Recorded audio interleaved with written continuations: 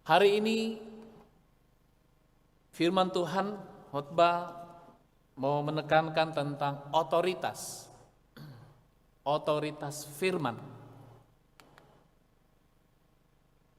Berbicara otoritas, ya berbicara kuasa, ya, berbicara wewenang, hak, ya, kuasa untuk mengatur. Kalau ya pengertian otoritas, mengatur, memutuskan, melaksanakan, mengambil, menolak, yang memberi, ya itu otoritas. Saya menyampaikan pengertian dari otoritas itu, kuasa untuk mengatur, wewenang untuk mengatur, ya seperti itu. Kalau berbicara otoritas di dunia ini, ya semuanya diberikan kuasa. Misalnya rakyat Indonesia memberi otoritas kepada presiden, ya, untuk melakukan tugasnya, memimpin negara ini. Diberikan kuasa. Para menteri diberikan otoritas untuk bekerja di bidang masing-masing. Ada otoritas tapi di bidang masing-masing. Ya, misalnya menteri keamanan, ya dia punya tugas, punya hak untuk mengatur, memutuskan, melaksanakan di bidang keamanan, diberi otoritas. Ya, bukan melaksanakan misalnya di bidang kesejahteraan. Ada lagi, itu otoritas yang diberikan, berbicara otoritas di dunia. Kalau firman, karena tekanannya otoritas firman, siapa yang memberi wewenang, kuasa, atau hak? Tidak ada. Karena firman itu yang kita yakini adalah Allah. Firman, otoritas firman bukan diberikan, bukan dipercayakan. Firman itu sendiri yang punya otoritas. Firman itu sendiri yang berotoritas. Kuasa firman bukan diberikan, tapi firman itu yang berkuasa. Kuasa firman bukan dipercayakan, tetapi firman itu sendiri yang berkuasa. Tuh. Jadi otoritas firman. Seperti biasa saya mau menggunakan 3 kebenaran untuk menjelaskan sehubungan dengan otoritas. Ya, bagian lain ada ayat-ayat firman Tuhan yang menekankan tentang otoritas firman Tuhan. Tapi dalam bagian ini kita melihat kebenaran-kebenaran di dalam bagian ini. Yang pertama, semuanya di dalam ayat yang ke-26, tapi saya mau hubungkan dengan perikop di sini bagaimana di Marah dan di Elim. Yang pertama, membuka telinga dan mendengar firman. Ya. Jika kamu sungguh-sungguh 26, jika kamu sungguh-sungguh mendengarkan suara Tuhan Allahmu, dan kemudian jika kamu memasang telingamu kepada perintah-perintahnya, yang saya garis, yang saya kasih warna merah. Jika sungguh-sungguh mendengar, jika sungguh-sungguh memasang telingamu kepada perintah-perintahnya, ya mendengar. Kita tahu ya Tuhan menciptakan tubuh kita dengan salah satu anggota telinga untuk mendengar tentunya, ya. Kalau tidak mendengar, kita tidak tahu apa-apa. Tidak mendengar berita, kita tidak tahu bahwa sedang terjadi kelonjakan COVID. Kalau kita tidak mendengar, kita cuek aja main jalan ke sana kemari. Tapi karena kita mendengar, ya kita menjadi tahu. Waktu ditanya, kamu ngerti enggak sih? Kemudian dijawab, ngerti apa? Saya belum dengar apa-apa. Kemudian dibalas, ya memang jelas saya juga belum ngomong kok, gitu. Itu kalau belum ngomong. Tapi kalau sudah ngomong, sudah beritahu, sudah dijelaskan, kemudian ditanya, kamu ngerti enggak sih? Kalau dia balas, tetap balas, ngerti apanya? Ya, sering dikatakan begini, kupingmu itu loh, taruh di mana? Pakai dong kupingnya. Ya, kalau sudah diberitahu kemudian berkata, nggak ngerti, Ya, sering orang berkata, kupingmu itu loh, taruh di mana? Ada kuping, gunakan kuping. Jadi mendengar ini adalah proses yang saya mau katakan, proses untuk menangkap sesuatu. Mendengar adalah proses untuk mengerti, proses untuk mengetahui, ya melalui mendengar. Ya. Ada sinonim dari mendengar di sini ya. Banyak sebenarnya, tapi saya hanya pilih 6 di sini. Menangkap, mengetahui, menyadari, menjejaki, mengikuti, mengindahkan. Ini sinonim dari mendengar. Jadi saya mau tekankan bahwa mendengar di sini memiliki satu makna terus-menerus mengingat apa yang sudah disampaikan. Terus-menerus menyadari, mengindahkan, mengikuti, melakukan apa yang sudah diterima, apa yang sudah didengar. Ya, itu kata mendengar di sini. Di dalam bagian ini kita membaca bahwa dalam ayat yang ke-23 melaporkan bahwa bangsa Israel yang melakukan perjalanan setelah melewati peristiwa yang luar biasa, melewati laut terbelau yang terbuka. Kemudian dikatakan dalam ayat 22 Musa menyuruh orang Israel berangkat. Ya. Perjalanan 3 hari dikatakan di sana tidak mendapat air. Wah, tidak mendapat air. Jangankan 3 hari. Kita tahu tubuh kita lebih banyak airnya ya menurut medis. Jangankan 3 hari, 1 hari saja kalau kita tidak minum susahnya setengah mati. Jadi wajar kalau kehausan, sangat kehausan. Tapi yang menjadi persoalan, apakah dengan persoalan haus kemudian langsung menyalahkan Musa? Apakah dengan persoalan haus, kalau saya bertanya, apakah wajar kalau dengan persoalan haus menyalahkan Tuhan, menyalahkan pihak ini, pihak itu? Apakah harus seperti itu? Hanya persoalan nomor kursi, menyalahkan siapa sih yang ngatur? Ngamuk sana, ngamuk sini. Iya. Kalau di sini persoalan haus, memang 3 hari tidak mendapatkan air. Kalau ditanya apa sih yang memotivasi? Ya pasti karena hausnya ini. Tapi menurut saya, kalau saya hubungkan dengan konteks ini, karena mereka tidak mendengar. Ya. Mereka bersungut-sungut karena mereka tidak mendengar. Firman Tuhan berkata, jika kamu membuka telinga, jika kamu mendengarkan setiap perintah, artinya bahwa ada janji yang sudah diberitahu, ada perkataan Tuhan, ada jaminan Tuhan. Tuhan berkata, aku menolong, aku pasti menolong, aku pasti menyertai, aku pasti memelihara. Ada banyak janji, ada banyak bukti. Pada waktu mereka keluar dari Mesir, dari tangan Firaun, pada waktu mereka melewati laut Teberau dengan laut yang terbuka, ada banyak janji di sana bahwa dengan kuasaku, dengan penyertaanku, ada janji pertolongan Tuhan. Seakan-akan Tuhan mau memberitahu, kan saya sudah ngomong, saya sudah beritahu, saya sudah berjanji, kamu dengar nggak sih? Itu maksudnya. Jika membuka hati, artinya mendengar berarti sudah menerima, harusnya tahu, mengetahui, menyadari, mengerti. Kalau sudah mendengar. Tapi yang terjadi bersungut-sungut.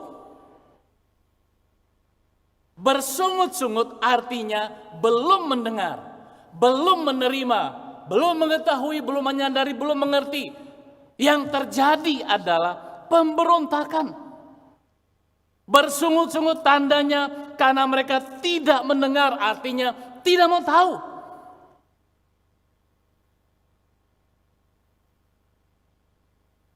Ya, memang sering terjadi juga dalam kehidupan iman kita, dalam kehidupan orang percaya. Baru pulang ibadah, Sampai di rumah marah-marah hanya karena masalah makanan. Makanannya kok begini, padahal baru dengar khotbah, sabar, ya kan? Jangankan sampai rumah, baru sampai lampu merah, mungkin mobil kesenggol sedikit, sudah keluar kata-kata makian. Baru dengar khotbah, kasih mengampuni. Persoalan sepele yang merusak hubungan dengan Tuhan, merusak citra iman, merusak citra kekristenan, tidak menjadi berkat. Karena apa? Tidak mendengar, tidak menangkap, tidak menerima, tidak menjejaki kebenaran. Tuhan sudah bersabda, Tuhan sudah berjanji. Kamu dengar gak sih? Masakan kita dengar masuk kiri keluar kanan? Harusnya masuk dalam hati. Seperti tekanan saya bahwa mendengar di sini adalah firman yang harus terus menerus terngiang-ngiang dalam hati, pikiran. Firman yang terus ada di bawah pada waktu bekerja, pada waktu usaha, bisnis, pada waktu menghadapi berbagai kesulitan. Ada firman yang sudah didengar. Sudah mendengar, harusnya tidak bersungut-sungut. Bukti mendengar, tidak bersungut-sungut. Bukti mendengar, tidak marah-marah apapun situasinya. Bukti mendengar, tidak menyalahkan orang lain. Jika kamu mendengar, jika kamu membuka telinga, bukti mendengar, tidak bersungut-sungut. Yang kedua, melakukan apa yang benar. Dalam ayat 26, jika kamu, yang saya tebal, melakukan apa yang benar di matanya, jika kamu tetap mengikuti segala ketetapannya, ya selalu kembali kepada kuncinya ini memang di mendengar. Kalau tidak mendengar berita, ya kita tidak tahu situasinya. Kalau tidak mendengar sudah diperintahkan, ya kita diam aja. Kalau tidak mendengar ada larangan, ya kita main labrak sana, main labrak situ. Kalau mendengar, buktinya adalah melakukan. Ya memang fakta membuktikan ada orang ya mendengar, setiap minggu datang beribadah, setiap minggu bisa juga dikatakan baca Alkitab, mendengar lewat renungan-renungan, banyak media yang menyajikan renungan, masuk dalam mendengar dan mendengar. Tapi ada orang yang memang ya apakah karena emosi, apakah karena sifat atau karakter, ya sukanya memberontak gitu. Ada. Tidak bisa dipungkiri. Ya. Dia berkata, pokoknya saya sekarang haus. Tidak ada cerita lain. Yang saya perlu minum. Air. Ya itu dia nggak mau tahu persoalan. Dia nggak mau tahu firman Tuhan berkata sabar. Dia nggak mau tahu firman Tuhan berkata tunggu. Pokoknya dia berkata minum. Sifat memberontak. Tapi yang dituntut di sini melakukan apa yang benar. Bukan memiliki hati hidup sebagai pemberontak. Di mana firman yang didengar? Kok malah menjadi pelaku bersungut-sungut, merusak hubungan dengan sesama dan juga hubungan dengan Tuhan.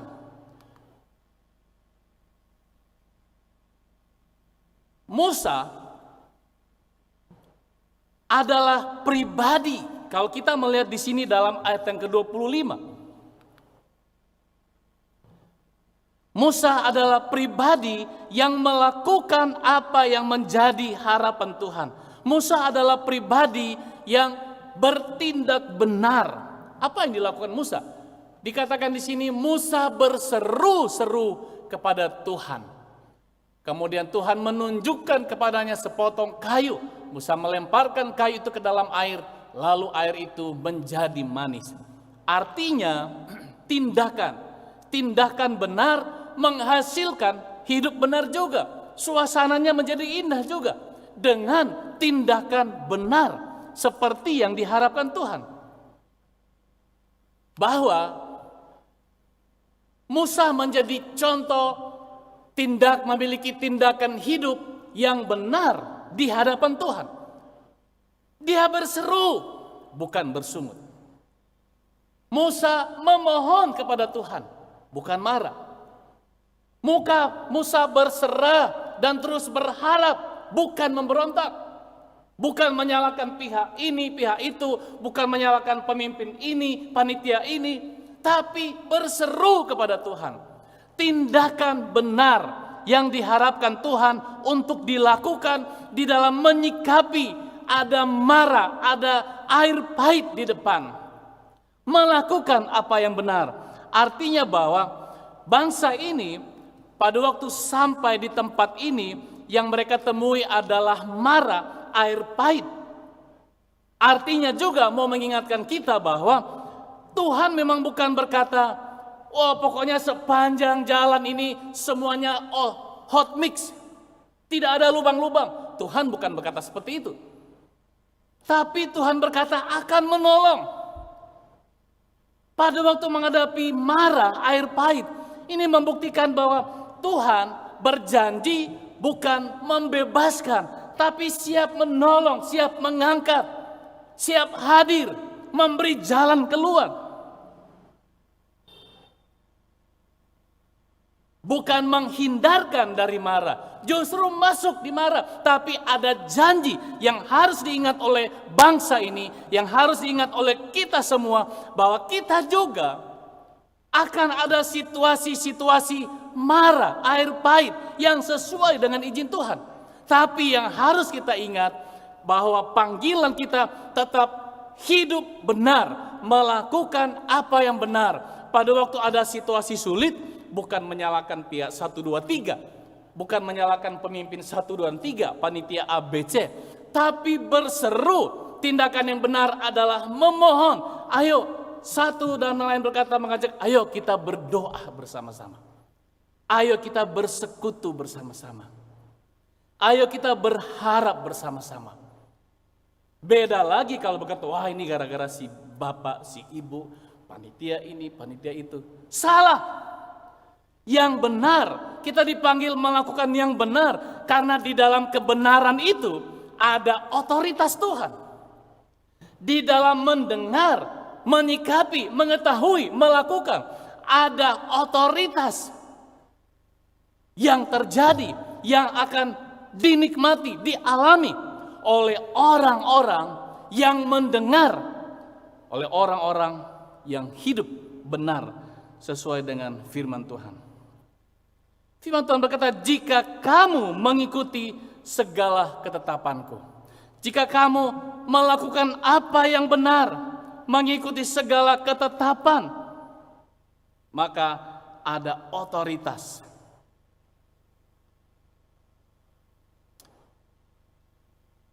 Waktu ada tantangan, kualitas iman sangat menentukan tindakan kita, cara berpikir kita, cara berkata-kata kita. Firman Tuhan tidak pernah berubah. Harapan Tuhan dalam hidup kita tidak pernah berubah. Apapun situasinya, mari bertindak benar. Apapun keadaannya, mari bertindak benar.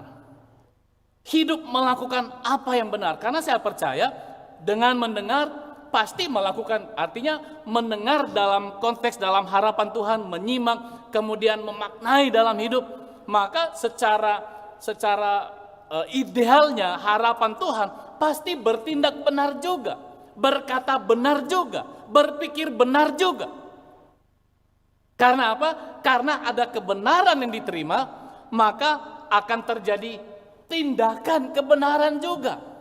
Bukan hanya kebenaran yang dilakukan dalam ruangan ini, tapi dimanapun kita berada, kita hidup di dalam kebenaran, bertindak benar, berpikir, melangkah, semuanya di dalam kebenaran.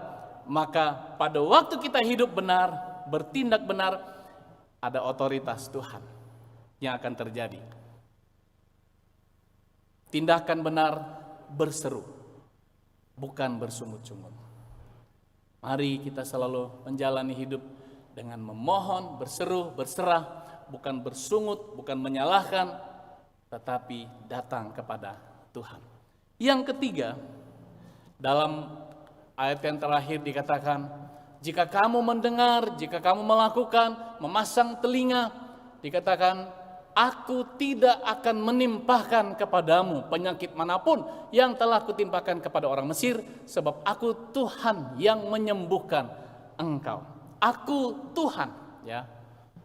Akulah Tuhan.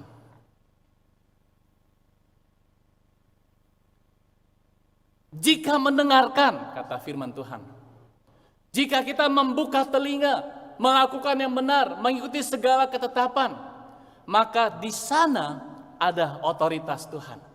Pasti menolong, pasti menjaga, pasti memelihara, pasti memberi kekuatan, pasti memberi jalan keluar, pasti.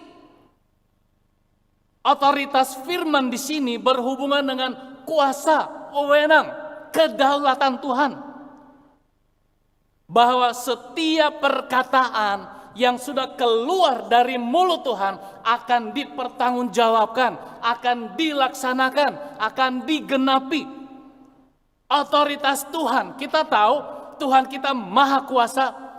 Tidak ada Tuhan yang lebih berkuasa daripada Tuhan yang kita yakini, Sang Penyelamat hidup kita. Sehingga berbicara otoritas di sini adalah berbicara kebenaran yang mutlak. Setiap perkataan yang keluar adalah kebenaran yang mutlak, yang tidak dapat diganggu-gugat. Itu sudah benar, pasti benar, sangat benar. Berbicara otoritas di sini berbicara bahwa segala perkataan adalah perkataan yang benar di atas segala benar. Setiap janji pasti dilakukan. Memang akan ada air pahit, tapi janji Tuhan yang menjadi kebenaran, Tuhan pasti menolong. Berbicara otoritas Tuhan berarti berbicara tidak ada yang dapat menghalangi, tidak ada yang dapat merubah janji Tuhan, tidak ada yang dapat menghentikan. Kalau Tuhan berkata aku memberkati, aku menolong, pasti dilakukan. Otoritas Tuhan, kedaulatan Tuhan, Tuhan di atas segala Tuhan, kuasanya, keajaibannya, di mana semuanya pasti terjadi.